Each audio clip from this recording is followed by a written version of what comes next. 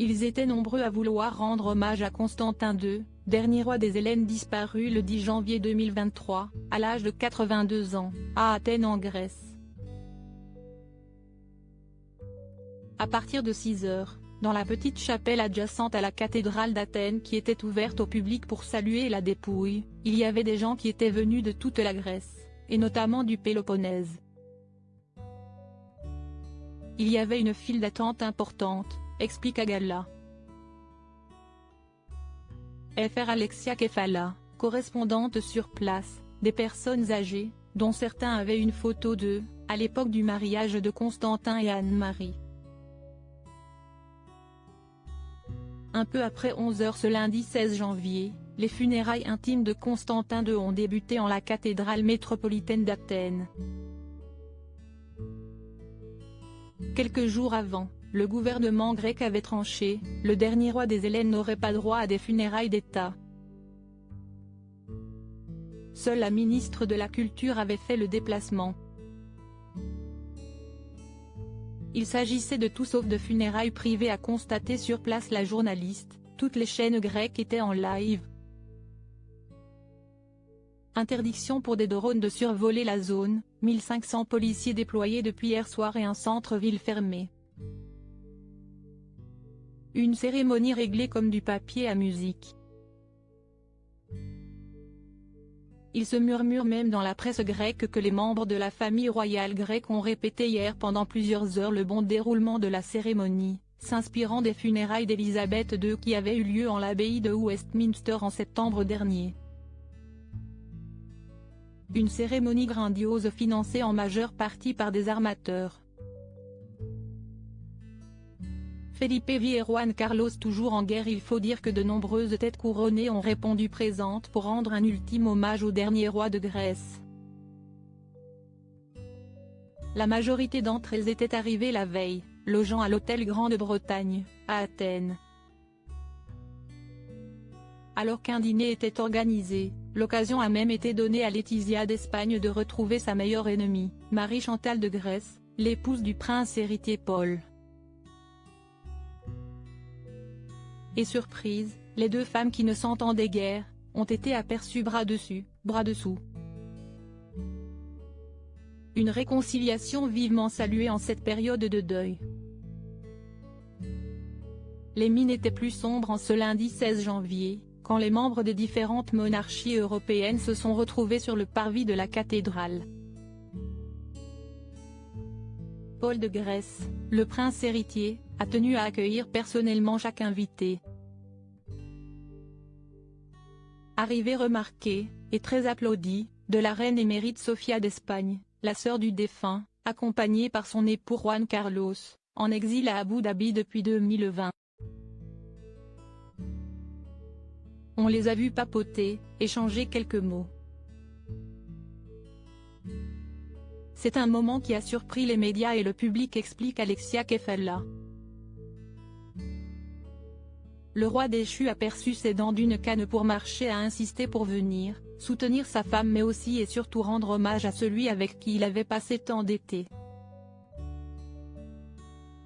Ambiance néanmoins crispée au sein du clan, tant la brouille entre le père et son fils Felipe V est toujours d'actualité. Il y a eu des échanges entre Felipe V, Laetitia et la reine émérite Sofia, mais avec Juan Carlos rien, relate la journaliste.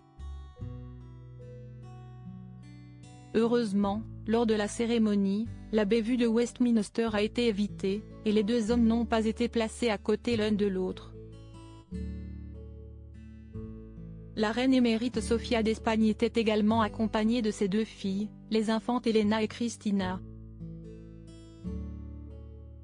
Frédéric et Joachim, deux frères distants côté danois, Margrethe et deux, toutes de noir vêtues, a salué la foule massée aux abords de la cathédrale. La reine de Danemark est arrivée avec sa sœur Bénédicte pour soutenir leur cadette, Anne-Marie de Danemark. Avant elle, ses fils, les frères Frédéric et Joachim, que la rumeur dit brouillés, sont entrés ensemble dans la cathédrale. Mais l'héritier du trône danois et son frère cadet ont été installés loin l'un de l'autre. Protocole oblige. Du côté du Royaume-Uni, CST, une princesse indiscrète qui a fait son apparition, arrivée le matin très tôt, aux côtés de son époux Sir Timothy Lawrence. Jusqu'à tard hier soir, la presse anglaise et grecque disait que le prince William devait venir, il était le filleul du roi Constantin. Mais il n'est pas venu. Et l'interrogation demeure, pourquoi aucun message officiel de Buckingham Palace de condoléances n'a été communiqué, s'interroge Alexia Kefella.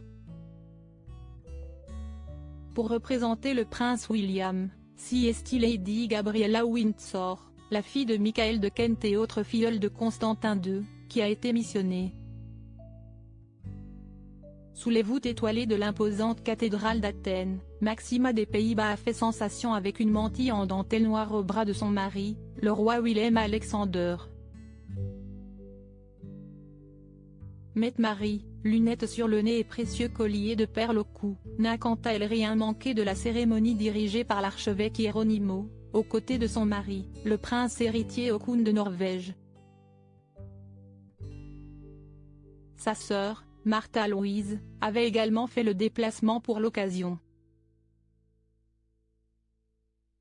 Albert de Monaco, venu sans Charlène, était installé à côté du grand-duc Henri de Luxembourg, non loin du cercueil. Tatois, la nécropole des rois laissée à l'abandon à la fin du service, le cercueil de Constantin II a été très applaudi par la foule.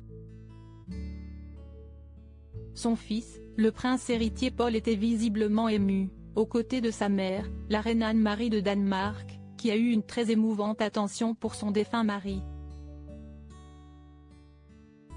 Profondément touché, le duo a longuement salué la foule, la main sur le cœur. Toute la famille s'est par la suite rendue à Tatois, où se trouvent les palais d'été et la nécropole royale, pour une inhumation dans l'intimité. Un domaine de 3000 hectares surnommé jadis le Petit Versailles est totalement laissé à l'abandon. Encore hier soir, des membres de la famille royale et des bénévoles déblayaient les lieux après les ravages causés par les incendies d'août 2021. À l'époque, le prince Charles avait émis le souhait de participer à sa réhabilitation. Crédit photo, Cyril Moreau.